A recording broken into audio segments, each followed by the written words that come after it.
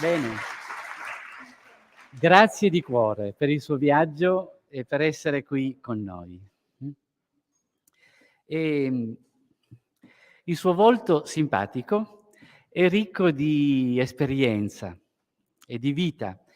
È un teologo anglicano di origine gallese, arcivescovo prima in Galles e poi a Canterbury dal 2003 al 2013 e quindi primate primus inter pares della Comunione anglicana.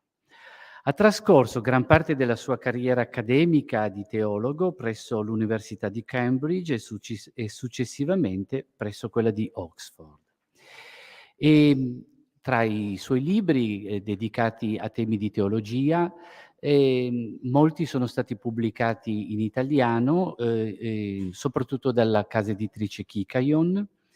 E tra di essi ricordiamo anche il suo interesse e la sua profonda conoscenza del mondo russo, di Dostoevskij e della spiritualità russa.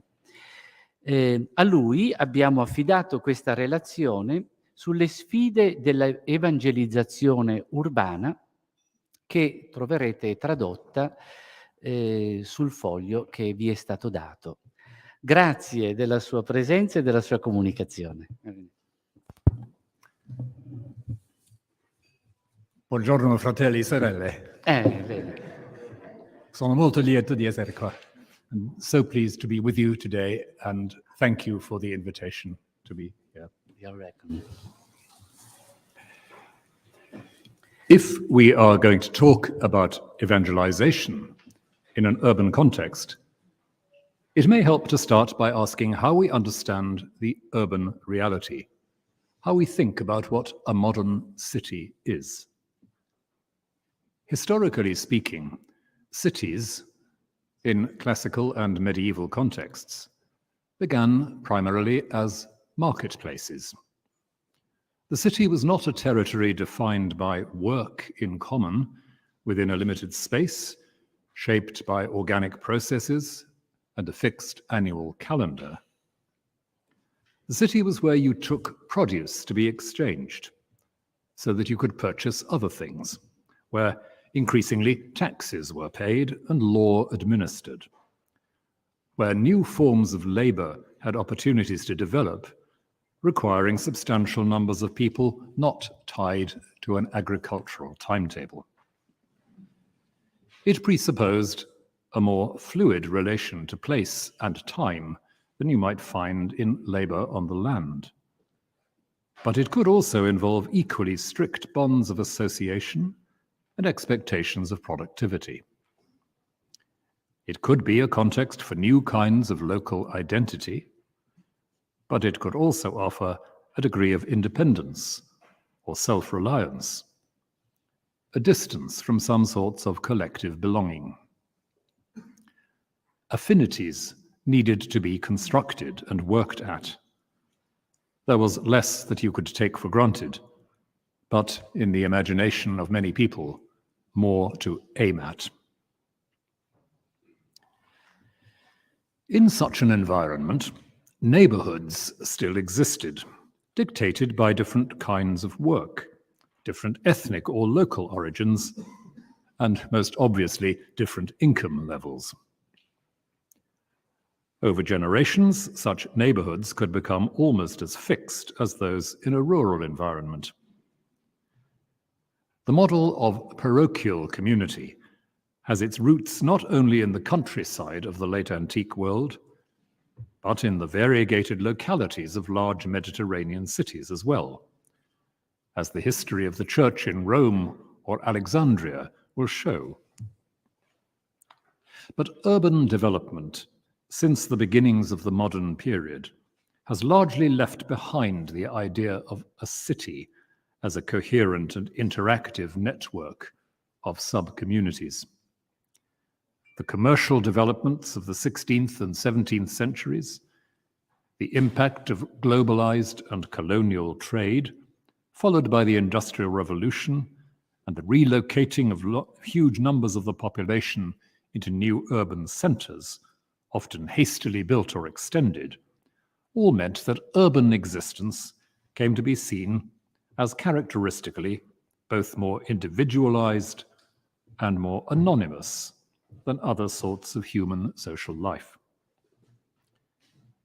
If the market is a world in which goods can be indefinitely exchanged, it is not all that surprising if the city, built around the market, weakens the bonds of actual human relatedness, and so the sense of personal human three-dimensionality. More has to be invested in the creation of practices and groups that supply or secure a human-scale sense of belonging. Individuals might thus find this sense by way of a number of identities cultivated side by side. In nuclear families, in leisure activities, in working associations and mutual support networks, unions and cooperatives. Now, in this context, the parish can come to be something uncomfortably like another of these groups offering identity, conviviality, and mutual support, one option among others.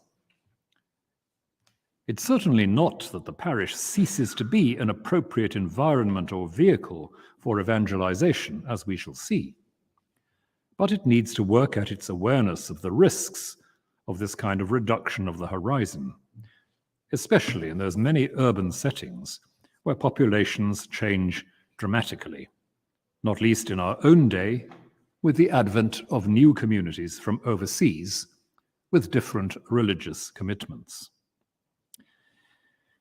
It is not only in Britain that we see impressive parish churches from the 19th century, stranded in largely non-Christian neighborhoods, supported by a shrinking group of people, no longer resident locally. And so one of the questions which my church, the Church of England, has had to confront in the last 2 decades is how we can enrich parochial witness by means of what we have called in England fresh expressions, nuove espressioni, of ecclesial life, building relationships and outreach through rather different kinds of community activity. I shall come back to this later, but it already points our attention to the other key word in the title of this talk, evangelization. We are here as Christians to share good news. Not any good news, but specifically the news that our humanity has been inhabited and transformed by the eternal Word of God. We are called to announce that the entire frame of reference for our humanity, the whole scale of its dignity and capacity, has been redefined by the act of God the Creator. As church, we declare this truth and invite human beings to participate actively in what it means, through prayer and renewed relation with God and one another. What the church must constantly do, therefore, is to seek to manifest and to invite. And if it is to do this effectively, it must be able to identify where human horizons and possibilities are closed off or ignored or diminished. Evangelization will be ineffectual and, at worst, counterproductive if it ignores the actual pressures that are experienced in communities. What then are the pressures of the urban environment? Most of us will think immediately of the levels of poverty that urban life confronts us with, the very visible scourge of homelessness and the drug and alcohol dependency that regularly goes with this, the struggles of families with insecure incomes and housing, and of young people pressured into addiction and crime by the lack of employment opportunities and of dependable social support or affirmation. The sheer weight of inadequate educational provision, despite countless dedicated teachers. And increasingly, in the United Kingdom, the threat of food poverty, which has driven the unprecedented growth in food banks in the last decade in Britain. In the background are the underlying realities of an unfriendly labour market and a diminishing sense of public responsibility for public service. For ethnic minority communities and recent migrants, all this is still more acute. The experience of the COVID pandemic showed how these communities suffered disproportionately from the virus, a reminder that they are still some of the most vulnerable groups in our societies where public services are concerned. But poverty is also an issue in the sense of a poverty of aspiration and hope. At this level, poverty is bound up with the disturbing levels of mental health challenges faced by young people, even in apparently more financially secure settings. A poverty of confidence and self-worth, and a political culture in which democracy has become no more than a matter of occasional voting, or in which corruption undermines the freedom of elected bodies to work for the common good, is another instance of poverty, a poverty of agency, of liberty. This is not unique to urban life, but complex urban societies in which elected officials are more remote from their electorate can intensify the problem.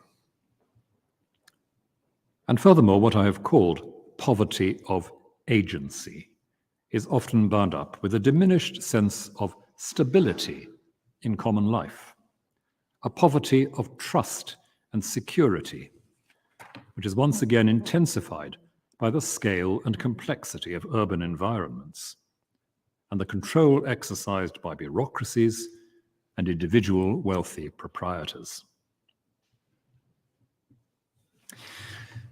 Well, is this to place an undue emphasis on poverty, to suggest that the gospel is only ever addressed to the materially or psychologically disadvantaged? No, but it is to suggest that poverty is a category that covers a broad swathe of inner and outer privation, including the poverty of acquisitiveness and the poverty of complacency. The poverty, that is, of having one's hopes limited by material gain, and the poverty of letting hope itself slip away in an acceptance of how things are when they're going well for me. But we need to be careful here. It's not much use saying that material poverty and spiritual poverty amount to the same thing, since it is normally the spiritual poverty of the prosperous that is largely responsible, one way or another, for the material and spiritual poverty of the less prosperous. We shouldn't lose sight of this, in the recognition that, as St. Augustine put it, the oppressor is oppressed by their own oppressive behavior. The point is that oppression must stop for everyone's sake, not that the oppressor needs an uncritical sympathy. The Church is meant to bring hope to people experiencing all these and other varieties of poverty. Because it cannot of itself solve the direct and immediate forms of material poverty, though it may lessen the burdens locally and advocate and agitate for structural improvements, the Church will be engaged in discerning the sources and effects of poverty so as to understand where and how its invitation is most needed, and how it is best made immediate and credible. So, in the next part of this lecture, I want to look briefly at some of the ways in which Anglicans have responded to this challenge in recent times, and to ask what lessons may be learned for the future, and perhaps for the wider Christian fellowship. In an address of 1993, Father Kenneth Leach, a well-known writer on both spiritual and socio-political questions in the Church of England, and also a dear friend of mine, I must admit, caro amico, referred to the American philosopher Richard Rorty's concept of abnormal discourse. A community that was reflecting theologically in its social context would in some important ways be interrupting the mainstream language and frame of reference of society, speaking abnormally so as to offer a genuine alternative to people trapped within the structures and conventions of their environment. And to do so, the Church would need to excavate the roots of anxiety and suffering in that environment, to articulate a fresh vision and to educate people in its implications for specific crises and pressures in society, and to nourish a common life based on this vision. For Kenneth Leach, although he was a tireless activist, all this was deeply connected with the priority of liturgy and contemplation. In an earlier talk from 1978, he had said that the true contemplative is always more threatening to unjust social systems than the social activist can ever be. The true contemplative is more of a threat to unjust social systems than the social activist. The worshipper, and above all the worshipper engaged in contemplation, declares that there can be a space in the social world where you do not have to earn your place or justify your welcome or prove that you can get results. Worship expresses first and foremost the basic reality of our relationship with the creating and redeeming God. And as such, worship is, or should be, an event of release from the competition and fear of social struggle. Kenneth Leach saw himself in the tradition of the 19th century Anglo-Catholic priests who deliberately chose to minister in severely deprived areas, and who laid great stress on the dignity and splendor of public worship, involving their congregations in a kind of drama in which they could discover deeper levels of their humanity. Now, as he freely acknowledges, this could degenerate into a sort of aesthetic compensation for an atmosphere of poverty and privation. But at best, it could both prompt and sustain protest and advocacy. The essential insight is that the experience of worship introduces us into a larger human space. We find that we are more than we suspected we were. The liturgical drama invites us to perform the roles of God's children, God's ambassadors, God's fellow workers.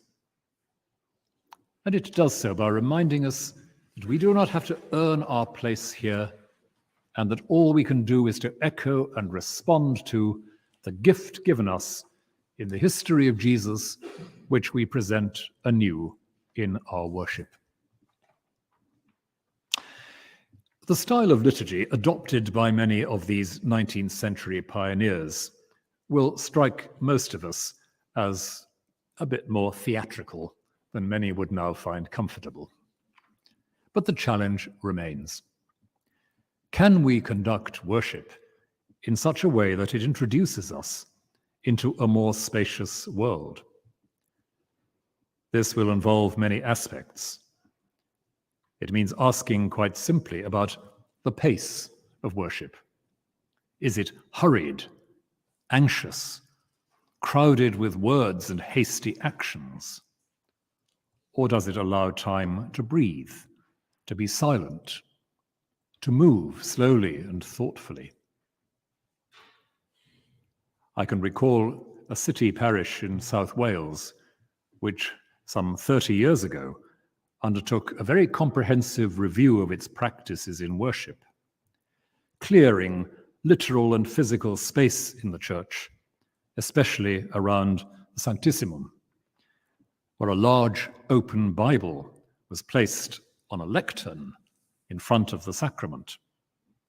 And different teams of young people were recruited in substantial numbers as singers and acolytes, so that the sanctuary was always populated with lay people witnessing and assisting. Readers were carefully chosen and rehearsed, and there was a high expectation of involvement and commitment. Demographic changes have left this building a shadow of its old self. But the memory stands as an example of genuinely thoughtful reimagining of liturgy in a way that spoke eloquently to the local urban community. And such experiments continue in quite a number of parishes, even though the standard of liturgical literacy among clergy in many areas is variable. I suspect this is not only an Anglican problem. They are a reminder that rethinking worship should not be reductive. As Pope Benedict likes to insist, liturgical reform is properly an expansion, not a trivialization of our practice of worship, requiring discipline, thoughtfulness, and instruction. And this will happen when there is also a serious focus on encouraging growth in personal prayer and study. In no sense is this an elitist ambition. There are many parishes that have few worshippers with further education qualifications, but respond willingly to the opportunity of honest educational stimulus and support in prayer.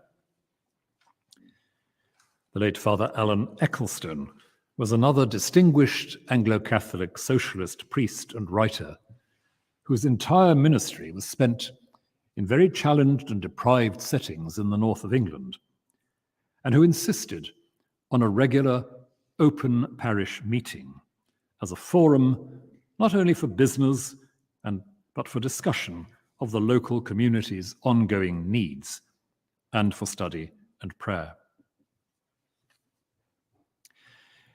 There have been still more adventurous attempts to bring the contemplative dimension to urban parishes. The Anglican monastic community of the Resurrection has at times encouraged some of its experienced senior members to live in deprived urban settings, not primarily as pastors, but as witnesses to prayer and solitude. Some lived this way in Manchester, some in the industrial northeast, and their lives had something in common with the Little Brothers of Jesus in the emphasis on Eucharistic adoration, though they did not seek secular employment, unlike the Little Brothers. Again, for a few years, a small group of brothers from another monastic community, the Servants of the Will of God, a very austere and mostly enclosed order, lived in the seaside town of Brighton as witnesses to the contemplative dimension. The Anglican Franciscans ministered for many years in Plaistow in East London. And when reduced numbers of brethren led to the closure of the friary, the house remained as a house of welcome and prayer, whose garden in particular was an important resource for local people. One of those local people wrote, "The whole place was telling you to respect and tread carefully." It was a place, in other words, that offered an opportunity to experience your own embodied humanity in a new way, which is clearly a central element of hearing the good news of God in Christ. In a different style, the Church of St. Martin in the Fields in central London, which has a long history of ministry with the homeless in the city, has recently established a dispersed religious community. That is, a community living under a common discipline of annual vows, prayer, and activity, but not sharing a daily common life in physical proximity. This Nazareth community, meeting several times a week for silent prayer together and sharing a number of meals every week, is envisaged as the center of gravity for the parish's ministry to the most vulnerable, and a resource for the worshipping and reflective life of the entire congregation. Other experiments in what is commonly called new monasticism reflect similar patterns, both dispersed and common life groups sharing a discipline of daily prayer and meditation, often based in a challenging urban setting. In the 1990s, the work of the Anglican theologian and essayist Robert van der Weyer outlined the model of a future church in which intentional community living and shared rules of life would actually become the dominant pattern of Christian life. This new paradigm has been important for many such enterprises. And perhaps for a Roman Catholic, there will be obvious parallels not only with the little brothers and sisters of Jesus, but also with the extraordinary witness of the French contemplative and activist Madeleine d'Albret, whose writing and example deserve to be much more widely known in the English-speaking world. Evangelization? Not in quite the sense that some would want to give to this word. Madeleine d'Albret has some useful and pungent things to say about this. But without doubt, a vehicle of the good news that because of who God is and what God does, there is more room for humanity to be itself. Without the foundation of sacramental worship and silent adoration, the fullness of this declaration and discovery would simply not be present. But two more examples may suggest how the perspective outlined can be translated into possibilities outside the walls of the church itself. First, how does a Christian school express its values? Not only by its catechesis, but by its atmosphere, by its ability to create something of the spacious environment I have suggested, the new experience of embodied humanity. I think here of a school in East Manchester, in an area of much social chaos and family instability. The school, affiliated to the local Anglican parish, has organized high-quality choirs and dance and orchestral groups for its students. It has encouraged all the creative arts. It has offered excursions to places of interest all around the country. It has sent groups of children into local care homes for the elderly to talk with them and sing for them. And it has selected students each year to write letters to people in public life, which is how my own long friendship with the school began. The point has been to convey to these children, from backgrounds of struggle and instability, that they were supremely worth spending time with and worth listening to. And their creative work was constantly and unobtrusively related back to the scriptural stories and spiritual themes of the Church's year.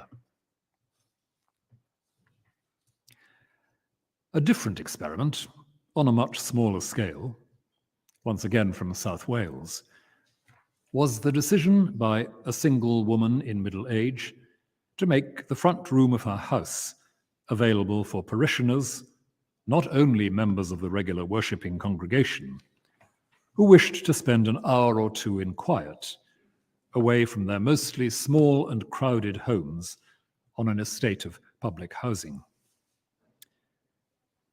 She saw this as an aspect of her own personal calling to a deeper life of prayer, understanding it as a calling to open doors for others in the community. This takes us back to the point that opening doors in this way is inseparable from other kinds of hospitality. The local Christian community and its building need to be seen as a resource for all its neighbors, a place that is not to be defended as one human territory over against others, but exists for the common good of all. It has to win the trust of a community that it is not fighting for its own interests, but whose priority is to be a space, to use that word again, into which all may come, and where some may decide to be at home. This raises interesting issues about one of the increasingly popular styles of urban evangelization in the Anglican Church in Britain. What we call church planting usually involves a group of lay people and one or two clerics from a flourishing and well-resourced parish being licensed by a bishop to take responsibility for a struggling and under-equipped one. This may mean that a priest and some at least of the lay people will move physically into the parish, while others will travel to take part in worship and community activities, the goal being to revitalize the congregation's relations with its own neighborhood. This has been particularly associated with the very influential network of congregations connected with the Church of Holy Trinity, Brompton, in London. And as a result, it's seen predominantly as a strategy of evangelical Anglican mission, with a vaguer sacramental theology and a less liturgical style of worship. But especially in recent years, a growing number of these church plants have become associated with more sacramentally focused parishes and have explored the spiritual discipline that goes with this. The Bishop of Islington in London, Rick Thorpe, has written recently of the transforming effect of simply attending to the needs of the local community and the spiritual energy that has grown out of this. He wrote, "They began to receive as much, if not more, from the people they were encountering." So a church planting group may begin simply with the goal of reviving a flagging congregation. But the experience of many is that this prompts new kinds of engagement with the wider environment. Debt advice centers, programs for addicts, free legal advice, shelters for the homeless. In this process, a group of incomers from the sending parish will have to build cooperation with both Christian and non-Christian neighbors in the area where they are working. There has always been a risk that church planting could be something done by prosperous and successful congregations to the more disadvantaged. The common caricature by unfriendly observers is that suburban evangelicals take over struggling parishes that, despite their low attendance numbers, have close links with the local community, and then turn them into middle-class enclaves. There have been instances of this, certainly, but it is increasingly an unfair picture. At best, two things happen as a result of a good church plant. One is that there is an enhanced sense of shared responsibility between priest and laity. It's not about sending an isolated pastor into a new and challenging situation, but bringing a group of committed believers with shared vision and practice into this situation. The second is that this development does not replace what has been going on, but enhances and strengthens it, and increases the sense of agency and responsibility for everyone involved. And central to this is the conviction, which I've already touched on several times here, that keeping open the doors of the church, literally and metaphorically, is at the heart of effective evangelization. An imaginative, nurturing parish school is part of this, as is the offer of someone's own home as a safe and quiet space of reflection for others. Very literally, it can be seen in the way Anglican parish churches regularly open their doors at times of crisis or trauma in a community. This was much in evidence a few years ago, after the terrible Grenfell Tower fire in London, where a still unknown number of people died as a result of shamefully inadequate safety provision in their building. Local churches were visibly at the forefront of the work that followed, and their buildings were used for welcome and support day and night. Some years ago, when a young schoolgirl was murdered in a housing estate parish in South Wales, the local church opened their doors to teenagers from her school so that they could hold an informal vigil on a weekend evening. Examples could be multiplied. And at the present moment, as financial pressures build for people who cannot manage to pay their energy bills, as well as the widespread involvement of churches in the provision, as financial pressures build in the UK, many parishes are opening their premises to provide heated space during the day for people who cannot manage to pay their energy bills, as well as the widespread involvement of churches in the provision of food banks. Nearly 80% of parishes in England and Wales are now committed to this.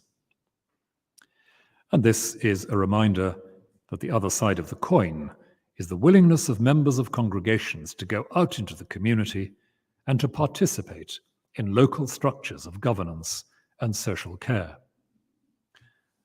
I can recall yet another South Wales parish deciding that they should aim at having someone from the congregation in every significant local elected body, from charities to local government. And this too is part of the open door vision. So to conclude, I'm suggesting that the elements of urban evangelization in the Church of England and the Church in Wales, where it has been most active and effective, add up to a diverse but connected set of priorities. First, worship that is serious, nourishing, and imaginative. Second, a space for silence and adoration within and beyond the liturgy. Third, patient and long-term attention to the specific needs of a local community. And fourthly, willingness to guarantee that the church will be there for the community in practical ways, providing space for communal activities, resources for support and advice, and opportunities to take responsibility, and so to grow in a sense of dignity or agency. And basic to all of this is our awareness of the church as, before all else, the body of Christ, as described by St. Paul. Our human identity is defined by the relation of Jesus Christ as incarnate Word to the Eternal Father. We share his eternal, loving contemplation of his divine source, and we renew our share in this reality by our sacramental life, above all in the Holy Eucharist. We begin from the renewal of our humanity in this mystery. And the good news we seek to share is the news that because of God's transforming gift, there is more in us as humans than we ever knew. This, in turn, opens our eyes to look for deeper levels of human dignity wherever we turn our eyes, and to seek to challenge all those things in human society that suppress or diminish this. And our practical priorities as local churches will be shaped by this, in the way we collectively, priests and people, make space, open doors, build the capacity of people to see themselves as loved and trusted, and continue to put before them the beauty and mystery of the God of biblical revelation. How we measure success is not the first question. It's all too easy to be captured by the seduction of what another contemporary Anglican theologian, Andrew Shanks, has called Christian propaganda, aimed only at creating what he calls church loyalists. While our real calling, he argues, is to a consistent honesty of speech, which both depends upon and reinforces our trust in the promise of the resurrection. One aspect of the good news we share is that our repeated failures to live with integrity as Christ's body on earth cannot destroy that promise, so that our willingness to repent and begin again becomes itself part of the gospel we proclaim. I've highlighted here some examples of what I believe to be fruitful evangelistic practice in my church. But I do so in full awareness that they are local and temporary things, vulnerable to change and to failure, and that the practice of the whole Anglican community is full of other examples of false starts and badly conceived ventures, of complacency on the one hand and paralyzing anxiety on the other. But God allows us to see the church at work despite all our weaknesses and betrayals. And for this we give thanks and resolve afresh to keep learning from our master and teacher how to be his body here and now among the neighbors he has given us. Thank you.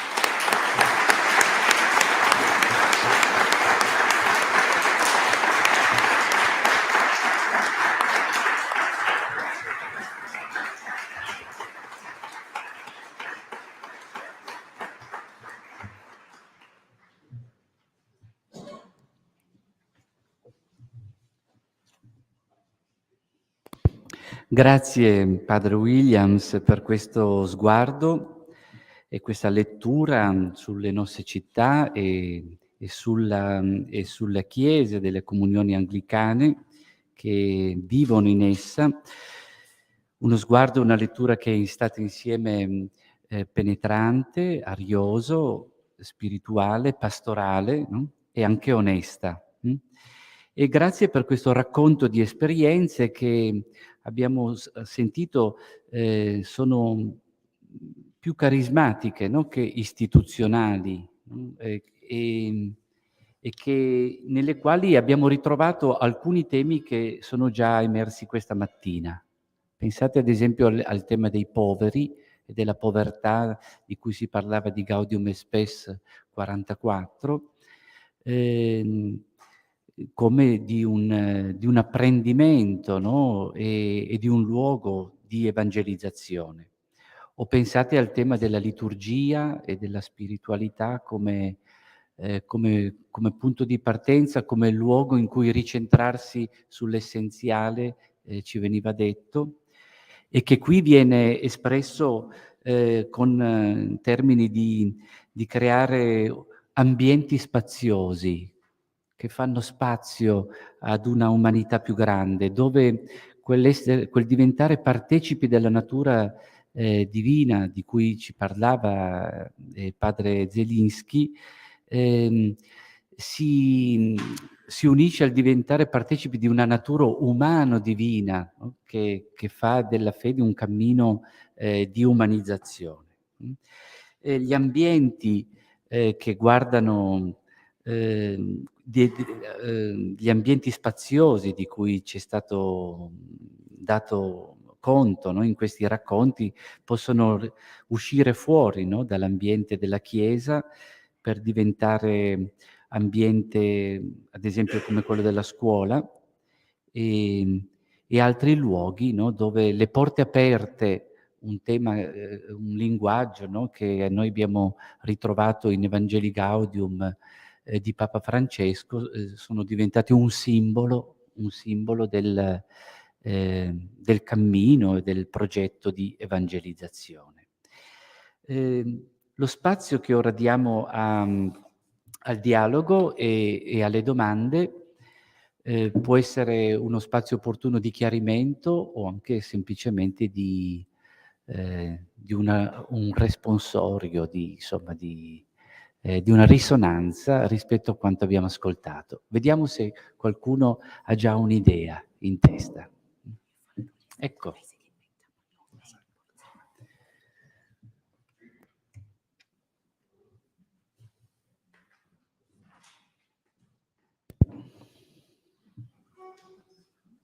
Thank you very much. Grazie e la ringrazio davvero molto, Arcivescovo, del suo discorso, di quello che ci ha detto, e la ringrazio anche in particolare a livello personale di quella mostra in cui anche lei ha partecipato, Vivere senza paura nel tempo dell'incertezza, che ho avuto modo di vedere l'anno scorso. E la ringrazio per quello che ci ha comunicato anche in quella mostra lì. Sul discorso di oggi mi ha colpito molto la riflessione che ha fatto sulle povertà di oggi, e in particolare da giovane studente di teologia mi ritrovo anch'io in molte delle povertà che tanti giovani con me condividono. E mi rendo conto che forse una delle povertà più evidenti che io e tanti amici condividono con me è quella forse di non avere autentici maestri. Per cui le volevo chiedere, dal suo punto di vista, dalla sua esperienza, dal suo osservatorio, questa è una povertà di oggi? E come seconda domanda, quali sono stati i suoi maestri? Grazie ancora. Grazie. Thank you for a wonderful question. Grazie per una domanda bellissima. I think you have rightly identified one of the forms of poverty which we now confront. Penso che lei abbia individuato una delle forme della povertà più importanti di questi tempi.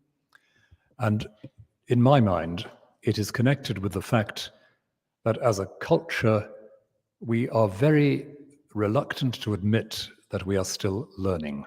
E penso che dipenda dal fatto che nella nostra cultura non vogliamo ammettere che dobbiamo imparare, abbiamo una riluttanza a imparare.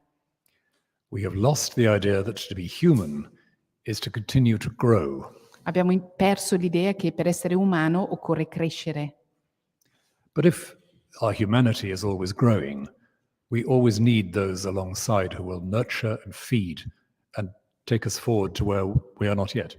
Però se la nostra umanità deve crescere, abbiamo sempre bisogno di persone a fianco che ci possono nutrire, che ci possono portare dove noi non siamo ancora arrivati.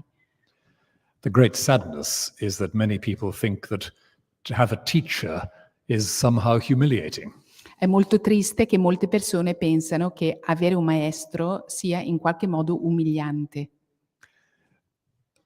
A very good friend of mine is a professor of philosophy in England, Un mio amico carissimo è un professore di filosofia in Inghilterra and one of the courses which he teaches is on the philosophy of teaching. e uno dei suoi corsi è sulla filosofia dell'insegnare, insegnare. Where he encourages students to think what it is to teach and to learn. E quindi incoraggia gli studenti a pensare che cosa voglia dire imparare, apprendere e insegnare. So often in our educational experience, we are not actually taught how to learn. Spesso nella nostra esperienza a scuola non ci insegnano come apprendere, cosa vuol dire imparare. And that is indeed a form of poverty, I agree. Sono d'accordo che questo sia una forma di povertà. You asked about my own experience. Lei ha chiesto della mia esperienza. I've often said that one of the greatest blessings of my life was, as a teenager, to have a parish priest who believed in teaching. Ho spesso detto che una delle benedizioni della mia vita è stato avere un parroco quando ero piccolo che mi ha insegnato a insegnare. And who taught by the degree of his attention and care and love. Mi ha insegnato con la sua attenzione e col suo amore verso di noi. And who was always willing to enlarge the horizon, the world of those who were around him. E voleva sempre allargare l'orizzonte di chi era intorno a lui. And about 30 years ago, when I officiated at his requiem, E circa 30 anni fa, quando io ho fatto i funerali, afterwards, somebody who had been with me in the church as a teenager came up to me. dopo uno che era con me in quella chiesa lì da adolescente è venuto da me a dirmi qualcosa. And said, I hope that our children have somebody who does for them what this priest did for us. Spero che i nostri figli abbiano qualcuno che possa fare per loro quello che questo prete ha fatto per noi. But I can also point to some very different kinds of teacher. One French Benedictine monk who for many, many years was my father in God. Posso indicare anche molti altri maestri di tipo diverso, per esempio un monaco benedettino francese, per tanti anni è stato mio padre spirituale. And also, I suppose currently, a female hermit who lives in Wales.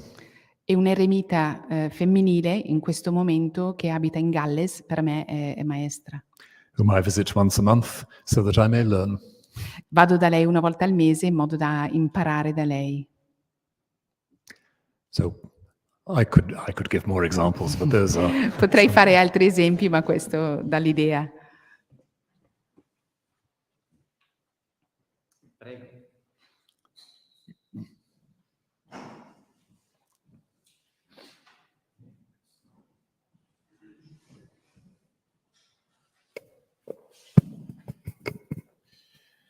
Grazie Padre Rowan per la sua ricca presentazione. Sono uno studente di teologia laico.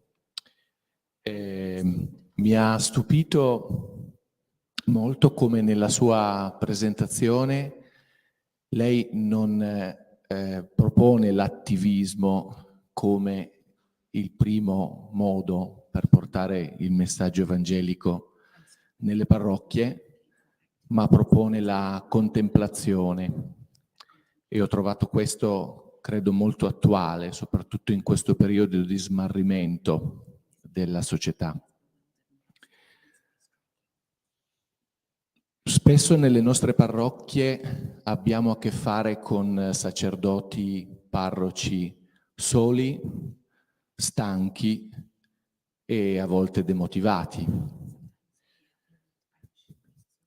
Le vorrei chiedere, secondo la sua opinione e la sua esperienza, come noi laici dobbiamo affiancare, approcciarci, aiutare i sacerdoti in queste proposte che lei ci ha spiegato. Grazie. Grazie. Another wonderful question. Un'altra bellissima domanda. First of all, just a word about activism. Voglio dire due parole sull'attivismo. My belief is very strongly that it is out of contemplation that effective action arises. Penso davvero che è dalla contemplazione che nasca un attivismo efficace. Because if we do not have that contemplative dimension, we shall imagine that it is for us to solve every problem. Perché se non abbiamo quella dimensione contemplativa, pensiamo di risolvere noi quei problemi. And we shall fail E non avremo successo, saremo and un damage fallimento. ourselves in the process. E saremo anche danneggiati noi stessi mentre lo facciamo. So, as so many great saints have told us, the relation between action and contemplation is not one thing here, one thing there. Come tanti santi ci hanno insegnato, il rapporto tra attivismo e contemplazione non è prima una cosa e poi l'altra. I mentioned Madeleine Delbrel. Ho parlato di Madeleine Delbrel. You will have gathered that she is a very great heroine of mine. Avrai capito che è una eroina per me, è molto importante. And she demonstrates, I think, how action and contemplation belong together. E lei dimostra come azione, attivismo e contemplazione vanno insieme. But now to the question of how you save clergy from themselves. Ma poi per venire al punto, come si può salvare il clero da loro stessi? I think it is of great importance that the people of the church say to us who are clergy, Penso che sia molto importante che la gente, il popolo della Chiesa, dica a noi, il clero, the words we find in St. John's Gospel. le parole del Vangelo di San Giovanni. We want to see Jesus, Vogliamo vedere Gesù, which means we want to see the kingdom of God. che vuol dire vogliamo vedere il regno di Dio, We want to see the reality of hope. vogliamo vedere la realtà della speranza, We want to see the beauty of grace. vogliamo vedere la bellezza della grazia. And so, I hope lay people will say to clergy, we want you to have enough time and space to see these things for yourself.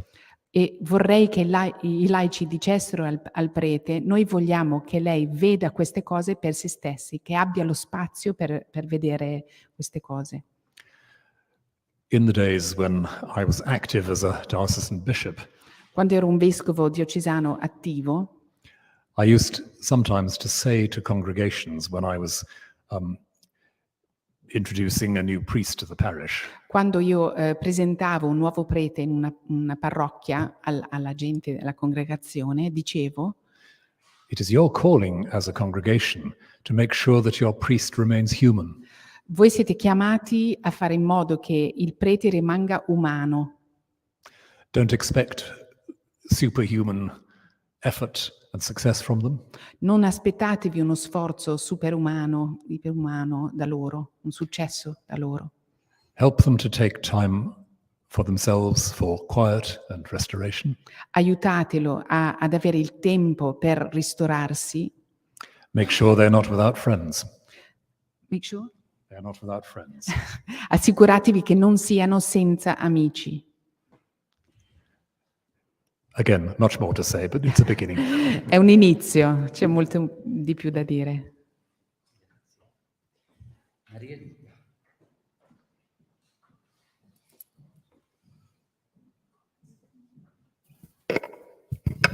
Grazie davvero, immenso grazie. Volevo chiedere se può dire ancora qualcosa sul nuovo monachesimo. Grazie. Grazie. New monasticism. It seems to me that in the last 30 years, perhaps, Mi sembra che negli ultimi 30 anni there's been across European Christianity a rediscovery of community life. ci sia stata una riscoperta in Europa della vita in comunità, This has taken many forms. in tante forme diverse. Particularly, I think, in the Roman Catholic Church, it's taken the form of new religious movements. Soprattutto nella Chiesa cattolica ha preso la forma dei movimenti religiosi, Focolare, Comunione e liberazione. So. But in the Church of England, perhaps in the last 15 years especially, ma nella Chiesa anglicana negli ultimi 15 anni in particolare there's been this growing interest in the discipline of common life shared by people who don't necessarily live together. c'è stato un interesse nella disciplina della vita in comune tra persone che non vivono necessariamente insieme. Some of these new networks are connected with traditional religious communities, some are not. Alcuni di questi sono legati a forme tradizionali di religiosità, altri no. Most of them have a focus in city life, in urban life. La maggior parte si focalizza sulla vita in città urbana. And the Church of England has recently given a higher level of canonical recognition to these communities. E la Chiesa anglicana ultimamente ha dato un riconoscimento più importante a livello canonico a questo tipo di comunità. So this allows for a greater, greater homogeneity in the practice of vows and accountability. Questo permette una maggiore omogeneità a livello di voti o di accountability, vuol dire rispondere per quello che si dice. Responsabilità, grazie. And also, yes, greater care about issues around safeguarding. E una cura maggiore rispetto alla sicurezza, per esempio. And a better relationship with the bishop. E un rapporto migliore con il vescovo. So, yes, I would say this has been a very significant element in the last 15 to 20 years. Un elemento importante negli ultimi 15-20 anni. And as I said, the relation with traditional communities has been varied. Il rapporto con le comunità tradizionali è stato vario. But I see an increasing desire to make use of the experience of traditional communities. Però vedo un incremento nell'interesse di utilizzare questa esperienza tradizionale, di migliorare il rapporto con queste esperienze tradizionali. If I may briefly go back to my days as a working diocesan bishop. Se posso tornare ai miei giorni da vescovo diocesano. I mentioned in my talk the work of Robert van der Weyer. Ho menzionato Robert van der Weyer nella mia lezione di prima. He published in the 1990s a book about how, as I mentioned, the future of the church might lie with a more extensive use of community patterns.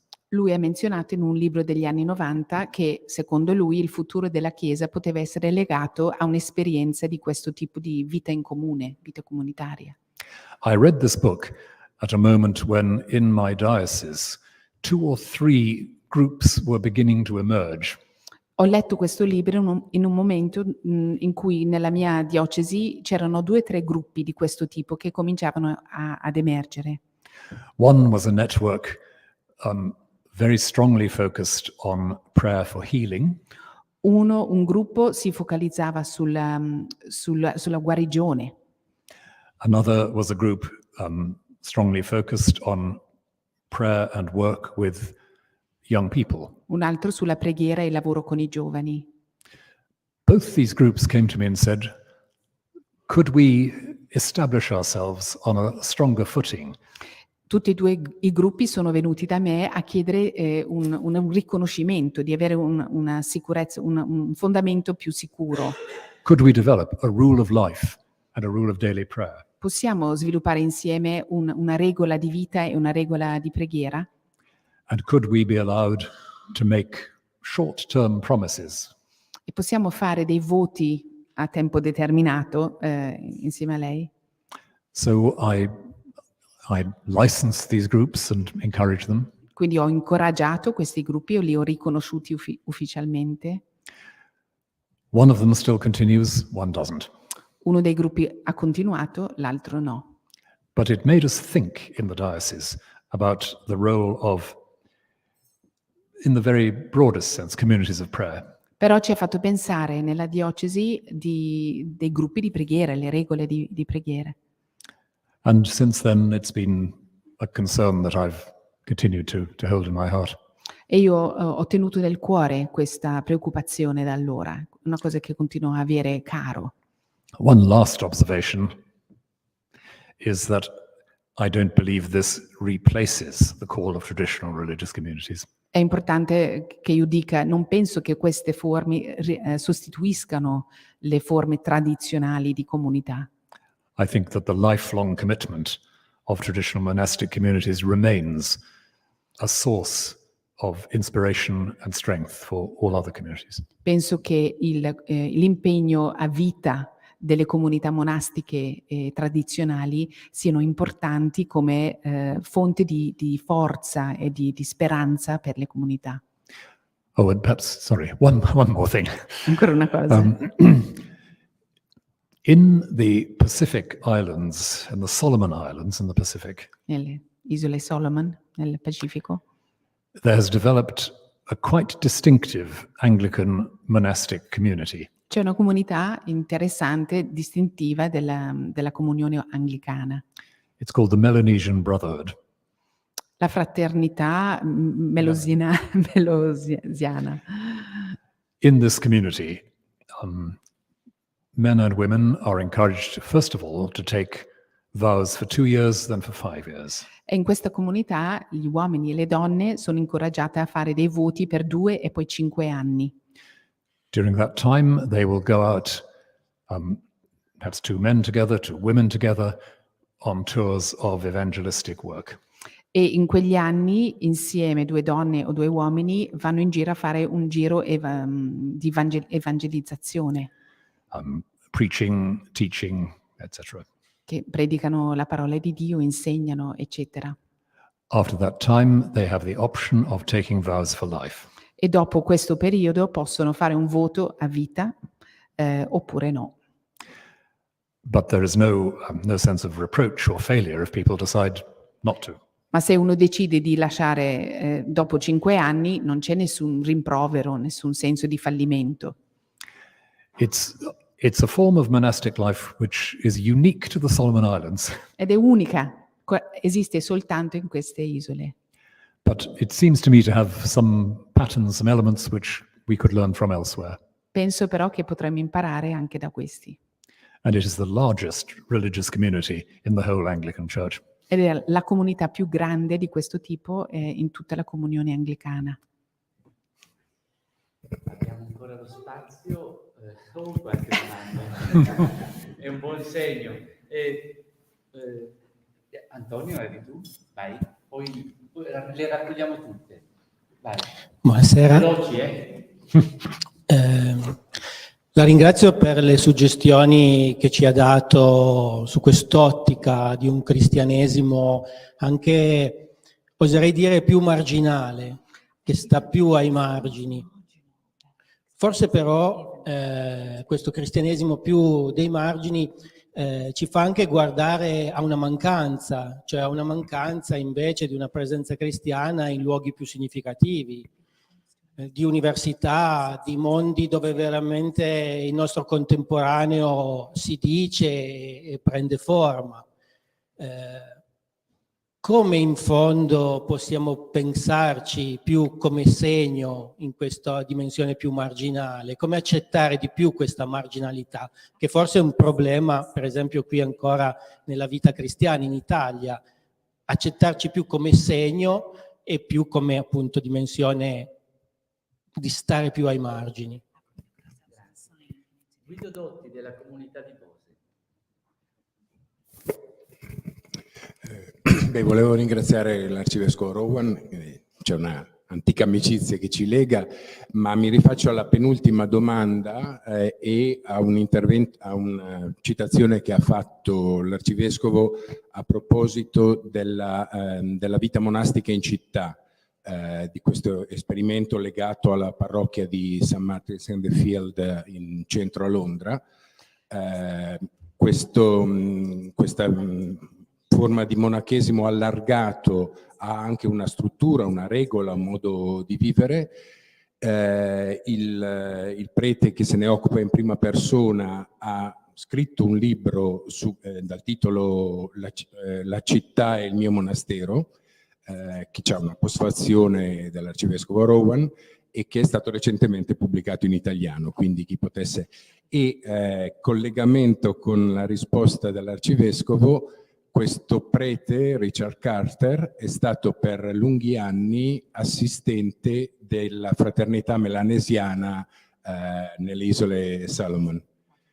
Ultimo particolare, da questa fraternità melanesiana hanno avuto anche 7 fratelli martiri in una missione di riconciliazione e di pace per una guerra tra differenti isole. Alcuni di questi fratelli hanno cercato di instaurare un dialogo tra le due parti combattenti e sono stati uccisi, però anche a seguito della loro testimonianza e della loro morte, poi la pace si è instaurata. Grazie ancora.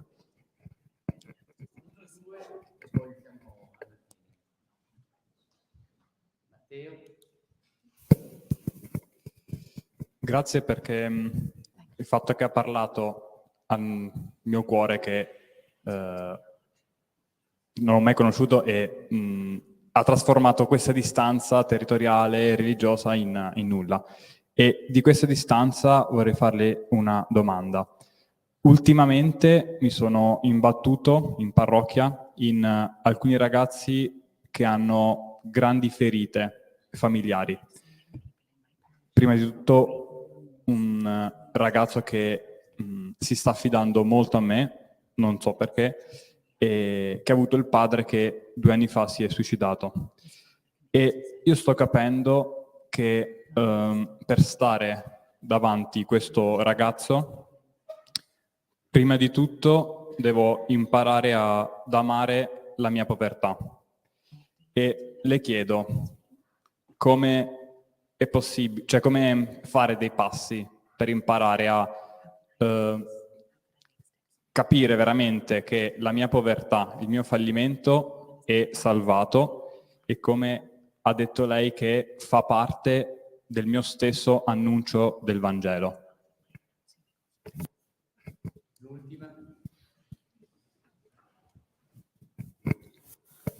Salve, innanzitutto grazie per la sua testimonianza.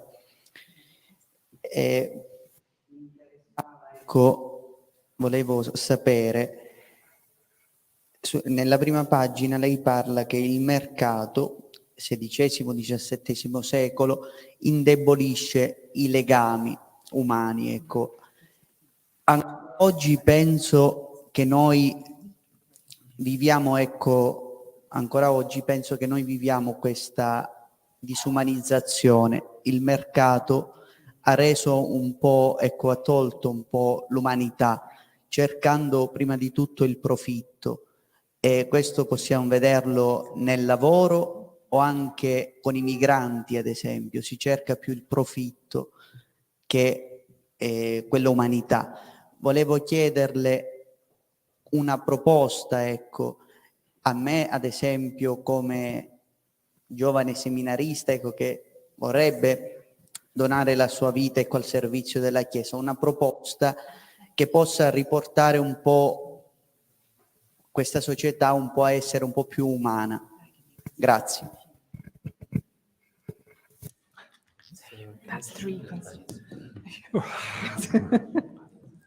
I shall attempt to be quick in response to those huge questions. Queste sono domande enormi, cercherò di essere sintetico, lui dice. First, to thank in his absence Fra Guido from Bose for his intervention. Ringrazio Guido per quello che ha detto. He mentioned Richard Carter, whose book on the monastery and the city has been so important. Ha menzionato questo scrittore Richard Carter che ha appena avuto un libro pubblicato in Italia che per me è stato un libro molto importante. Who was responsible for the Nazareth community in London. È responsabile della comunità di Nazareth a Londra. I was with Father Richard on Monday this week, Questa settimana ho visto Father Richard lunedì and I told him I would be speaking about him in Turin today. e gli ho detto che avrei parlato di lui a Torino questa settimana. And now I have. E ora l'ho menzionato. Look for the book. Cercate il libro. The other questions seem to me to connect with each other in a number of ways. Secondo me le altre tre domande hanno dei nessi tra di loro. The burden of being marginal is one which the Church finds hard to carry. È difficile per la Chiesa essere ai margini, è una cosa che fa fatica a portare. We have in many ways internalized the idea that the Church's place is somehow at the center of the map of the world which the world has drawn. In tanti modi noi pensiamo che la Chiesa debba essere al centro del mondo, al centro della mappa del mondo che il mondo ha disegnato. And in the history of the Church, it seems to me there is a constant to and fro between what we think is the center and the center where God is. E nella storia mi sembra che ci sia questo movimento della Chiesa che pensa di essere al centro oppure di essere dove Dio la mette.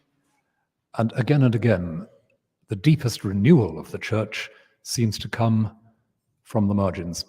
Ma il rinnovamento più profondo della Chiesa sembra venire dai margini, dalla periferia. Perhaps this is what Pope Innocent III recognized in Francis of Assisi. Forse è questo quello che Innocenzo III ha riconosciuto in San Francesco. But I also think of it every time I read the Gospel of St. Luke. Però lo penso ogni volta che leggo il Vangelo di San Luca. At the beginning of the 3rd chapter of St. Luke, we're told that this was in the reign of the Emperor Tiberius, when Lysanias was tetrarch of Abilene and Caiaphas was the high priest. All'inizio del 3° capitolo di Luca sentiamo che era il tempo di Tiberio, quando Caifa era insomma, tutti i riferimenti che voi conoscete meglio di me. But they are the visible center of the world. Loro sono il centro visibile del mondo. But where is the center where God is active? Ma dov'è il centro dove Dio è attivo, dove Dio agisce? In that year, John the Baptist began to preach. In quell'anno Giovanni Battista ha cominciato a predicare. Now, we need, I think, to keep a critical eye on the ways in which we take the world's valuation of its own center. Dobbiamo essere critici verso dove il mondo pensa sia il centro. Not to run away from engagement with power, not to run away from engagement with the intellectual life, but simply to know that the center is always Christ. Non dobbiamo fuggire da un impegno con la politica o con la vita intellettuale, ma dobbiamo sapere che il centro è sempre Cristo. And that is perhaps a way of learning to love my poverty. Forse questo è un modo di imparare ad amare la mia povertà. What do Peter and John say in the Acts of the Apostles? Cosa dicono Pietro e Giovanni negli Atti degli Apostoli? I do not have silver and gold, but what I have I share with you. Non ho né argento né oro, ma quello che ho condivido con te. And that is a way of reminding ourselves, certainly as priests, that what we offer is not ourselves. E questo ci ricorda, soprattutto come preti, come sacerdoti, che quello che noi offriamo non è noi stessi. St. Paul says that he doesn't preach himself, San but Paolo Christ dice: crucified. non predico, non parlo di me stesso, ma di Cristo crocifisso. But, therefore, I also proclaim myself to be your servant for Christ's sake. Però sono il tuo servo per Cristo, per amore di Cristo. I'm here as a bridge, a vehicle. Sono qua come ponte, come veicolo. Poverty, I cannot solve this, but I can keep the door open. Non posso trovare la risposta alla povertà, però posso tenere la porta aperta. In my own Welsh language, There is a very old proverb. Nella mia lingua gallese c'è un proverbio. In Welsh, byd ben, avo byd ben, byd bont. Welsh. Perdonate. Which simply means, you want to be a leader, be a bridge. Se vuoi essere leader, vuoi essere un capo, devi essere un ponte. Sii ponte. And so finally, to the question about the market and profit. E l'ultima domanda sul mercato, sull'idea del profitto. The purpose and the justification of sharing the gospel is humanity. Lo scopo di condividere il Vangelo è l'umanità. What is it that we work for? For people to become human. Per che cosa lavoriamo? Perché l'altro sia umano. And so in our daily practice as believers and as priests, we remember always to ask, who in this group, who in this society is not being allowed to be human? Quindi noi, come nel nostro lavoro da sacerdote, ci chiediamo tutti i giorni chi in questa società non gli è permesso di essere umano, a chi è negato questa umanità. And we go there. E andiamo lì. We may not be able to solve the problem, poverty, Non possiamo risolvere il problema, probabilmente, questa è la povertà, and yet we are saying the standards of this world and of the market do not rule us, do not govern us. però diciamo che lo standard del mondo, le regole del mondo non ci governano.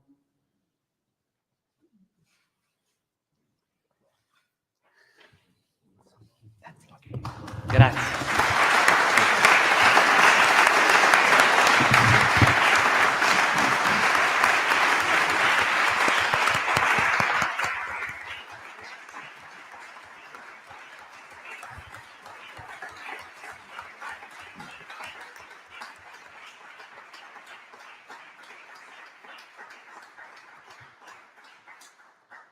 Grazie, caro padre.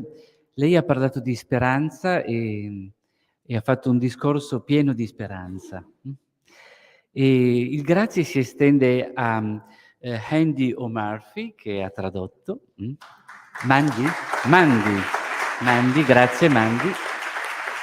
E anche un grazie speciale a Don Francesco Saverio Venuto, che è stato il tramite di questo incontro.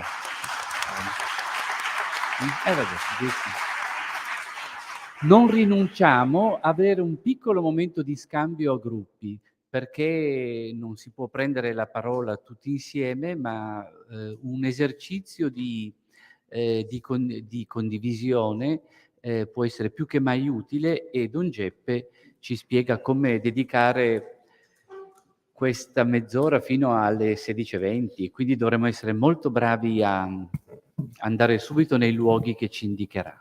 Sì, non so quanti hanno tempo, spero tanti, di fermarsi ancora un poco. Ci dividiamo in 4 gruppi, dovevano essere ciascun gruppo animato da 2 docenti, ma 3 sono scomparsi, quindi se c'è qualche docente che non è tra questi ma che si ferma, si può aggiungere.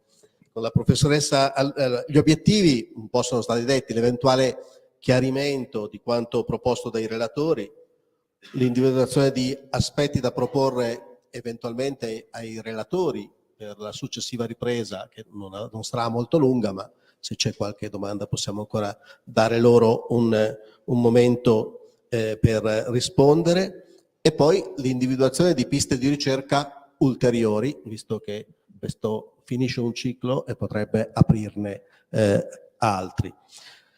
Abbiamo le aule 1, 2, 3 e questa, quindi 4 gruppi, con la professoressa Maria Rita Marenco nell'aula 1, con il professor Sacco nell'aula 2, con i professori Carrega e Quirico nell'aula 3, sono rimasti una coppia, questi, e con il professor Nigra qui, rimanendo qui ci vediamo. Non so quanti siamo, quindi non so dire il numero. Penso che però una quindicina possa essere un numero, e poi se trovate già 15 persone cercate un altro gruppo, insomma. Okay. Buon lavoro, ci rivediamo alle 16:20 qui. alle 16:20. Well, that was very stimulating. Thank you very much. Very, very much. My pleasure.